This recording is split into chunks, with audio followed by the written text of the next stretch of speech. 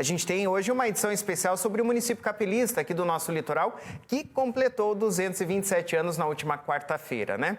Desde o início do programa, você está acompanhando, né? Viu que a gente está mostrando, então, um pouco da cidade. Inclusive, já mostramos um pouquinho desse local aqui, que é a estação ferroviária de Antonina, um dos principais pontos turísticos da cidade. Mas agora, a gente vai mergulhar um pouco mais nessa história, na história desse local, que é tão importante para o turismo e para a história lá da cidade. O repórter Alisson Moura foi até lá, então, conhecer essa estrutura aqui para a gente.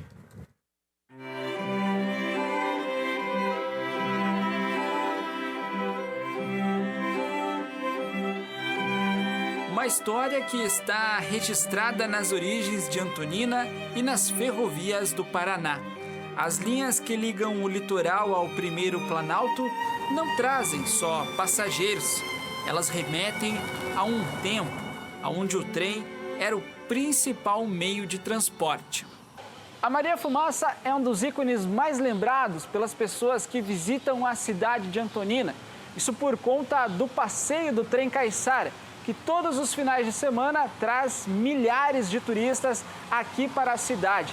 E eles desembarcam na estação de Antonina, onde nós estamos, e que hoje vai ser o personagem da nossa história.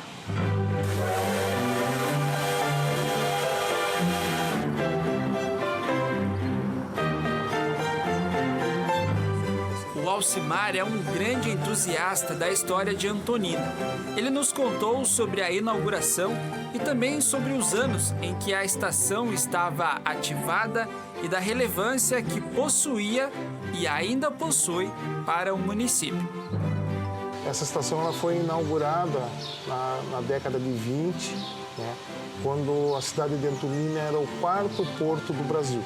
Ah, sim. E esse foi um tempo áureo aqui para a cidade. Sim, foi um tempo áureo. As grandes exportações, as grandes empresas de exportação de erva mate, exportação também de madeira serrada, madeira de pinho, araucária, peroba.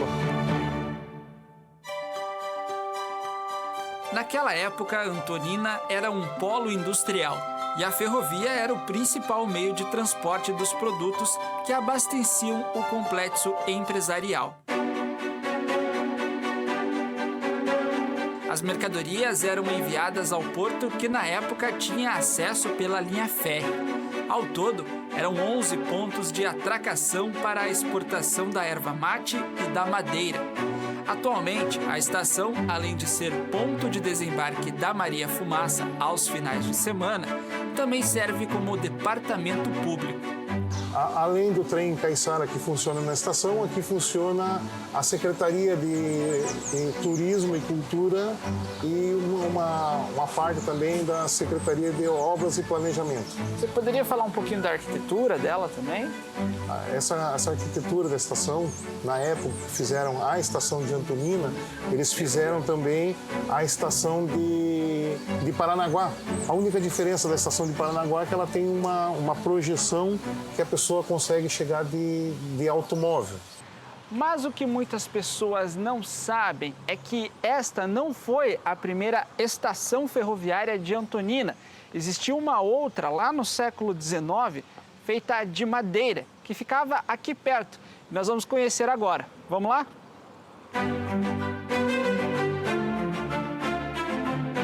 A primeira estação construída na cidade era do século XIX. Inicialmente servia para embarque e desembarque de passageiros, mas com a nova estação no século XX, ela passou a ser um terminal de cargas. Infelizmente, existem poucos vestígios. Ela ficava localizada onde atualmente é a Avenida Logevildo de Freitas, bem onde foi colocado um mural em homenagem aos 200 anos de Antonina. O único indício do local é esse muro, que conforme esta foto, podemos ver que é o mesmo que se sustenta há mais de 100 anos. Na época da guerra, 43, houve uma escassez muito grande de gasolina, um racionamento, e essa estação estava guardada os tambores de gasolina que eram carregados em vagões para levar para Curitiba. E três pessoas tiveram a brilhante ideia de transportar, né, gasolina. E nessa tem um balde, uma mangueira e um lampião de fogo. E quando abriram o primeiro tambor, aquele gás da gasolina pegou no lampião e foi tudo pelos ares. Sobrou a mureta, onde está esse painel era onde tinha um girador de locomotiva. A locomotiva entrava de frente para cá e saía, fazia a volta, né?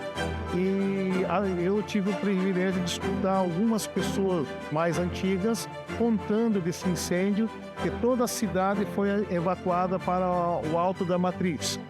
Foi feio a coisa, os tambores subiam aí a uma certa altura e lá no céu eles explodiam.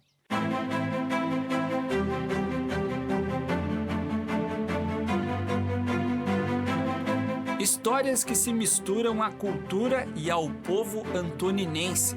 Os principais ciclos dos municípios do litoral e do estado passaram por aqui, por essas linhas, produtos e mercadorias, assim como personagens e figuras importantes no cenário nacional. 2 estações, 2 destinos diferentes, mas a importância que cada uma teve em seu tempo é o fato em comum que une elas.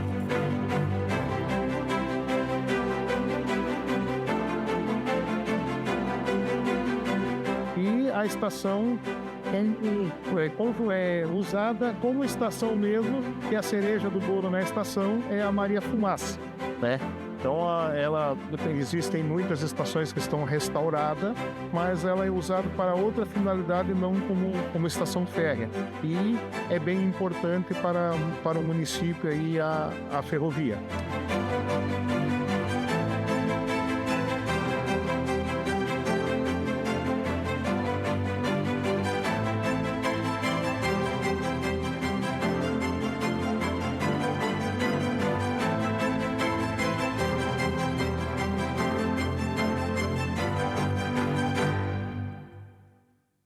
Da estação ferroviária, né? E essas imagens aéreas aí a tornam ainda mais bonita. Quero agradecer ao Cimar, que recebeu a nossa equipe e explicou um pouquinho mais sobre a história, então, desse ponto que é tão importante lá para a cidade hoje, turisticamente, ponto de identidade também da cidade de Antonina, né? Já que traz muita história, carrega muita história da cidade ali naquelas paredes e na outra estação ali, que foi a primeira também da cidade que a gente mostrou. Obrigado, gente. Valeu!